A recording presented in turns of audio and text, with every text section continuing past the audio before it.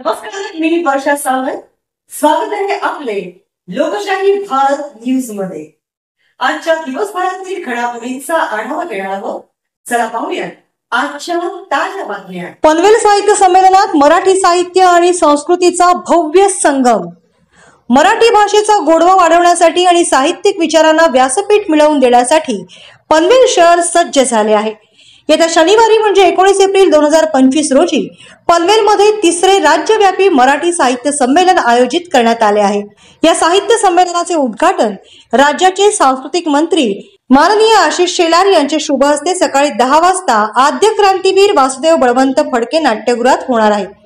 या महत्त्वपूर्ण कार्यक्रमाला मराठी भाषा संवर्धन मंत्री तथा उद्योग मंत्री उदय सामंत यांची विशेष उपस्थिती लाभणार आहे. विश्वव्यापी मराठी साहित्य सांस्कृतिक परिषद आणि कांतीलाल प्रतिष्ठान रायगड यांच्या संयुक्त विद्यमाने आयोजित या संमेलनाचे अध्यक्षपद सुप्रसिद्ध गीतकार, कवी आणि समीक्षक प्राध्यापक अशोक बागवे भूषवणार आहेत.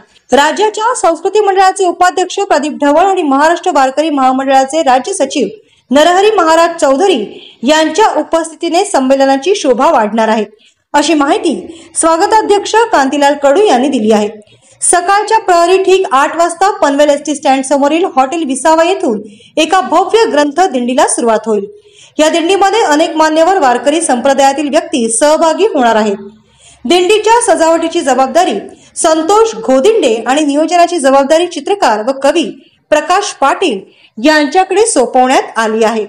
नाट्यगृहात दिंडीचे आगमन झाल्यावर तळमजल्यावर संत तुकाराम महाराज ग्रंथदालनाचा मान्यवरांच्या हस्ते शुभारंभ होईल. त्यानंतर मराठी इंडियन आयडॉल सागर विश्वास म्हात्रे यांच्या सुमधुर महाराष्ट्र गीताने साहित्य संमेलनाची रंगत वाढेल. या साहित्य संमेलनातील मुख्य आकर्षण म्हणजे यंदा प्रथमच ज्येष्ठ रंगकर्मी पुरुषोत्तम बेर्डे यांना मानाचा जीवन गौरव पुरस्कार प्रदान करण्यात येणार आहे. या पुरस्काराचे स्वरूप 11,111 रुपये रोख, सन्मान चिन्ह, शाल आणि पुष्पगुच्छ असे असेल, अशी घोषणा संमेलनाध्यक्ष प्राध्यापक अशोक बागवे यांनी केली आहे. ज्येष्ठ संपादक आणि साहित्यिक कांतीलाल कडू यांच्या सिद्धहस्त लेखणीतून साकारलेली सूर्याची लगोरी आणि अव्यक्ताचे औक्षण ही 2 नवीन पुस्तके मान्यवरांच्या शुभहस्ते प्रकाशित केली जाणार आहेत. यापूर्वी कडू यांची 6 पुस्तके प्रकाशित झाली आहेत. मुख्य कार्यक्रमाचे सूत्रसंचालन अभिनेते सुधीर चित्ते आणि शिल्पा परुळेकर यांच्या प्रभावी शैलीत करणार आहेत. दुपारी 12:30 वाजता साहित्य संमेलनातील राजकारण या विषयावर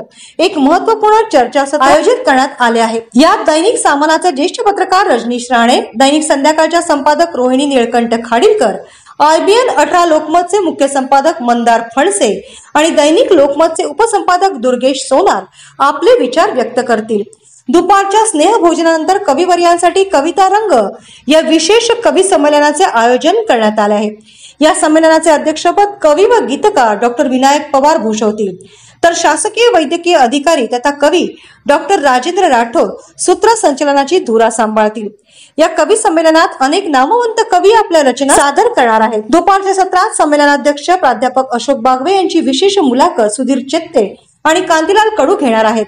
या मुलाखतीच्या माध्यमातून मराठी भाषा आणि साहित्यावर महत्त्वपूर्ण चर्चा होणार आहे. संध्याकाळी 5:30 वाजता गझल प्रेमींसाठी एका शानदार मुशायऱ्याचे आयोजन करण्यात आले आहे. प्रशांत वैद्य यांच्या अध्यक्षतेखाली होणाऱ्या या कार्यक्रमाचे सूत्रसंचालन सुप्रिया हळबे करतील. या मुशायऱ्यात अनेक नामवंत गझलकार आपल्या गझलांनी रसिकांची मने जिंकतील. सायंकाळी 7:30 वाजता साहित्य संमेलनाचा सांगता समारंभ प्रशांत वैद्य यांच्या विचार वक्तव्याने होईल आणि त्यानंतर राष्ट्रगीत गायले जाईल. या साहित्य संमेलनात सहभागी होऊन मराठी साहित्य आणि संस्कृतीचा अनुभव घेण्यासाठी सर्वांना आग्रहाचे निमंत्रण आहे. आजच YouTube वर लोकशाही भारत न्यूजला सबस्क्राईब करा आणि बेल आयकॉन दाबायला विसरू नका.